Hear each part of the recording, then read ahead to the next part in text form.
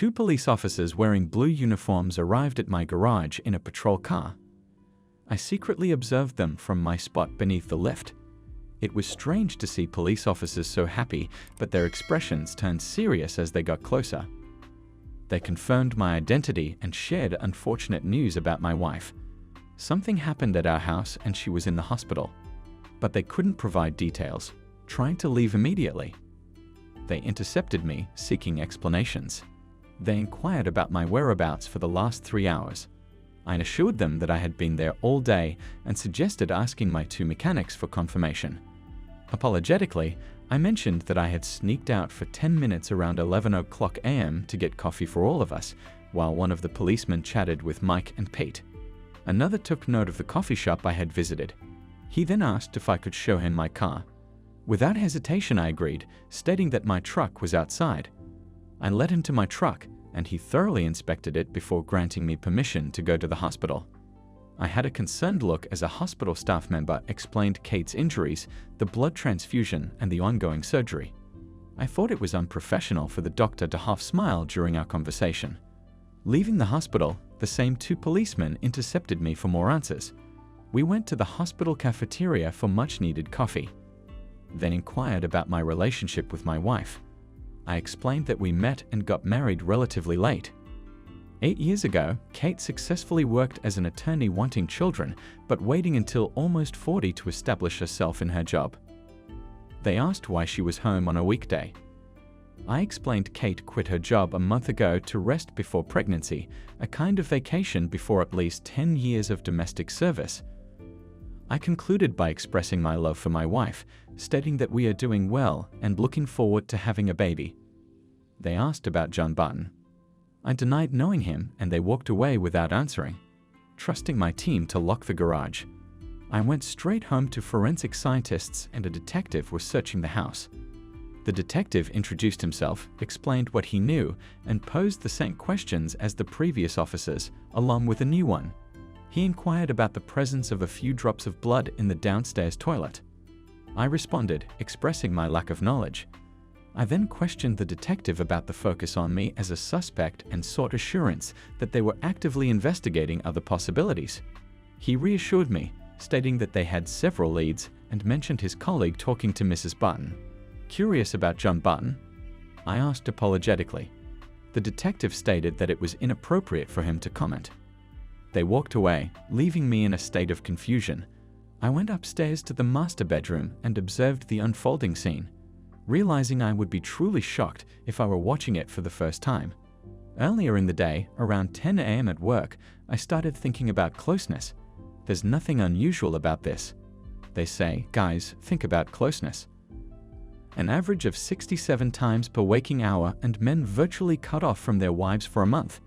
Can double that since Kate left work hour 2 to 3 times a week. Has dropped to almost 0. Kate was either in a bad mood, bored and depressed, or too tired. Personally, I thought it was because her normal life was ending and she was scared. Being a caring husband, I didn't want to pressure her. She'll come out of her fear at her own pace. I knew my life would change after having children, but I understood hers would be turned upside down. I kept daydreaming about our early years of marriage, where our bed life was anywhere, anytime. In any case, we made an effort to keep it fresh and new as long as our imaginations existed, and then slowly fell into the automatic mode that long-term partners often do. I snapped out of my days realizing I needed to act, restore spontaneity.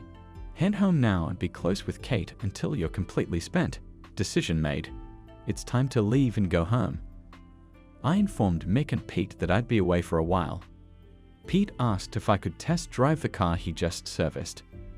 Returning home, disappointment struck as I saw an unfamiliar car in the driveway. My friend's visit ruined my plans. Nevertheless, I decided to go in. Maybe my friend could be convinced to leave and salvage my plans without suspicion. I opened the front door and my hair stood on end. I knew my marriage was over. The unmistakable sounds of joyous affinity reverberated down the stairs. It was almost automatic for me to record a video whenever a client brought their car to the garage. A precaution against accusations of damage. Heart pounding. I ran up the steps, camera ready, and peeked through the bedroom door. Yes, it was Kate. And yes, it was some guy I didn't recognize happily on our bed, suppressing the urge to react violently. I turned away. I can honestly say this was the most challenging thing I've ever done. My legs gave way, and I collapsed outside the door, completely devastated, dimly aware that they were reaching their peaks nearby. I couldn't tell how long I stayed there. Gradually it dawned on me that all sounds of their betrayal had stopped, replaced only by conversations. It was just as bad and still tore me to the core. Realizing I needed to think, I knew I had to get out of earshot.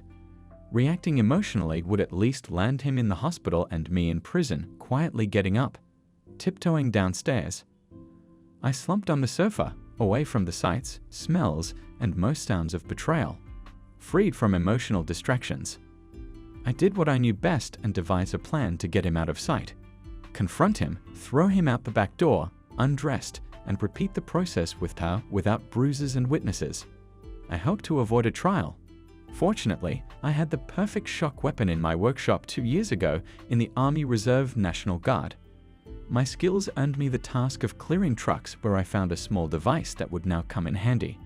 Police call them stun grenades, slightly larger than a regular grenade. They're a small canister with a lever pin ignition mechanism specifically made for hostage rescue while designed to cause minimal physical damage. The explosion is accompanied by a flash with a power of 8 million candles and a shock sound of 170 decibels. The flash alone can stun a person for at least 5 seconds, fueled by my newfound hatred. My mind quickly formed the rest of the plan to avoid damaging my house. I couldn't just throw a grenade on the floor. I took out the device quickly, glued a short piece of rope to it, and put a loop on the end of the rope. Prepared in this way, I tiptoed upstairs, realizing secrecy was no longer necessary, clearly hearing men's moans from behind the bedroom door. I paused, only to pick up my phone from the floor outside the door where I had dropped it and glanced around the doorframe. It was evident that the second round of affinity was in full swing. My wife was satisfying her lover, caressing him below the waist, mentally rehearsing the sequence of events I had decided on. I took a deep breath and took action. Stepping into the room, I looped the end of the rope around the hook on the bottom of the light fixture, leaving the device hanging halfway to the floor. I pulled out the pin, put it in my pocket, and walked out the door, pressing my fingers tightly to my ears and closing my eyes. Even with my precautions, the effect was amazing. I clearly felt the shock wave and the bright reflected light through my eyelids. Following the plan, I jumped into the room again, ready for action. This time it was my turn to be surprised. I don't know exactly what I expected to see, but it was nothing like the scene that appeared before me. Mr. Anonymous lay on his back in bed, and there was clear damage below his waist. Either nature had been cruel or something crucial was missing. Kate lay on the floor, her eyes empty, mouth moving like a fish out of water. Confused, I retreated to the hall to ponder. My thoughts were abruptly halted by 2 horrifying screams from the bedroom, followed by loud bangs and slamming doors. It dawned on me that I was in serious trouble. My plan had failed once again, peeking into the chaotic scene. The guy tumbled out of bed, clutching his groin and howling. Kate was absent, presumably in the bathroom. We needed to erase any evidence. Returning to the room, I quickly located the detonator for the device and added it to the rope, finding nothing else. I concluded everything else had been destroyed. I approached the bathroom cautiously. Kate was on her knees, vomiting into the toilet. I had no desire to assist her. I just didn't care anymore. En route to the door, I spotted something on the floor and picked up a warm, soft piece resembling a tongue tip. In the first floor toilet, I disposed of it. They wouldn't be able to reattach it, trying not to make a sound. I sped down the street, thankful once again for our distance from neighboring houses. Halfway to the garage, I emptied my pockets into a roadside trash can. 10 minutes later, I was back in my small work garage. I called Pete and Mike, my dirty oil-stained employees and friends. They rushed to me, sensing my alarm. I asked them to vouch for me for the last 45 minutes, and they agreed almost simultaneously by saying, "Of course, boss," before they could agree to quickly. I cautioned them that what I did was very serious, and once I explained, they might not be so hasty to answer. I expressed uncertainty about the charges I might face, acknowledging that it could lead to jail time before providing an explanation. I put on my old overalls and rubbed an oily rag on my face and hands, preparing for the impending police arrival, which I expected. The guys looked at me somewhat stunned as I briefly recounted recent events. Mike was the first to break, attempting to hold on for 15 seconds before bursting into laughter. This set off Pete, and soon we were all hooting uncontrollably. It took a full 5 minutes before we regained composure, and with handshakes and promises of support, they returned to their oily workspaces. Over the next hour, spontaneous laughter echoed from various dingy rooms. My wife, Kate, was about to face the consequences she deserved for avoiding my humble friends. That evening, I cleaned up the master bedroom, washing the bathroom floor. I decided to discard the bedding and mentally noted to buy a new rug. Torn curtains also needed removal, trying to stay busy to avoid thoughts. The constant phone calls and knocking on the door didn't help. Yes, the media was in a frenzy. The mix of infidelity and a man losing his manhood was a story made for them. I only opened the door once and quickly turned off the phone. Finally, with no distractions, I began to reflect. Did I regret what I did? Strangely, no. I despised cheaters and had seen many become unrecognizable when catching their partners. Oddly, even before lunch, I was confident my wife shared this passion. I was shocked to be so wrong. Moreover, Kate's motivation astonished me. She appeared as devoted to me as I was to her and our bed. Life had been fantastic. Well, until recently. After hours of inner turmoil, I could only find one clue. I can still recall the uneasy feeling I had 2 months ago when Kate said she was retiring to enjoy her last days of freedom. I thought she'd work until at least the 7th month of pregnancy. Something about her wanting one last celebration before having kids seemed strange. My personal cell phone interrupted my thoughts. Not many people knew this number. Caller ID showed Kate's parents' number. They lived about 3 hours away in the same state. I answered since I always got along well with them. After fewer pleasantries than usual, her mother got to the point. She asked me if I knew why journalists were besieging their house, mentioning that they would have to find out someday. She couldn't bring herself to go into detail. She then inquired if I had watched the local news that evening. Maybe the main news mentioning a story about a cheater who bit off her lover's dignity. I always liked her mom's colorful language and her views on life, but it didn't make our conversation easy. Yes, Mom. Look, there's no easy way to say this, so I'll get straight to it. The woman's name is Kate. Luckily, my confusion was interrupted by a scream followed by a beep when I pressed the in-call button on my phone. I noticed a warning on the screen. This reminded me that I wrote down the end of my marriage just 8 hours ago. I had vague memories of leaving my phone recording outside my bedroom door. I knew that if I never knew or believed the reason why Kate did what she did, I would never be able to trust anyone again. There was a good chance that I would die. A lonely misogynist, doomed to a life of uselessness with desperate hope. I started playing the video. I already knew what it was showing. The pain was too fresh to relive the scene. I opened my eyes just as I put the phone on the floor without a visual representation, just a view of the whole ceiling. I had to imagine Mr. and Mrs. Infidelity lying side by side on the bed. I couldn't hear the sound clearly, so I downloaded the file to my computer and ran it through an amplifier. This is an important part of their conversation. Kate, it was fantastic. The past week has been great, actually.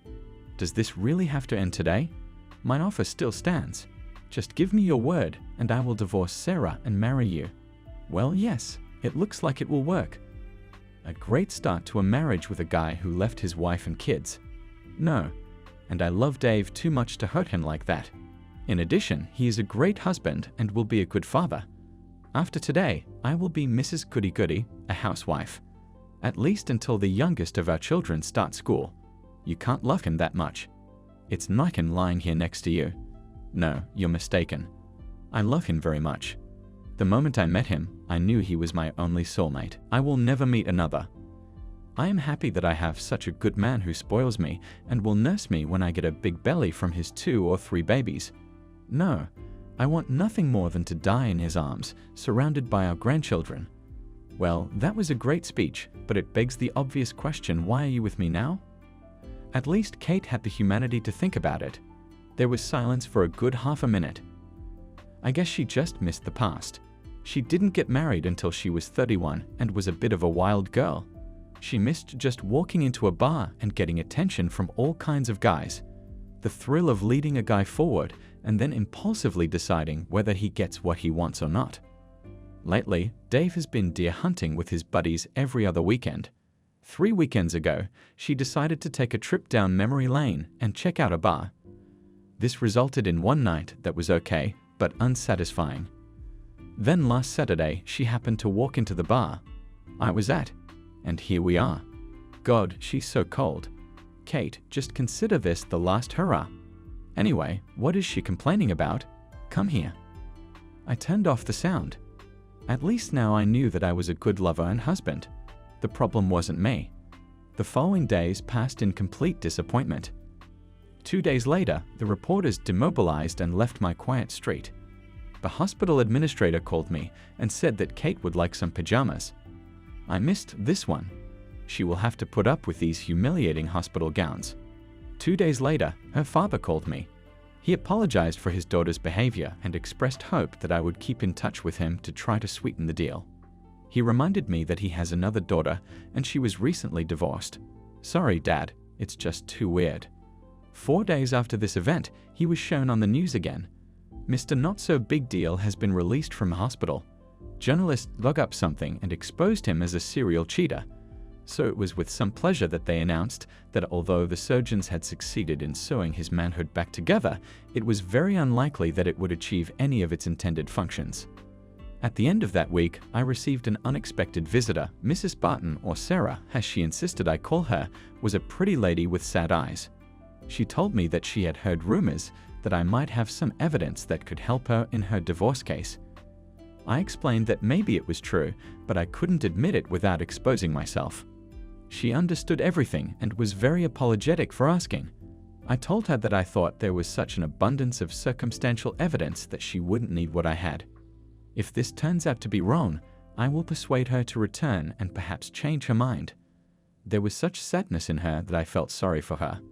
Pulling out the video file, I played her only in the aftermath of the big explosion. The shock of her husband's screams made her cower at first, but she soon pulled herself together. Suffice it to say that she was not very sad when she left.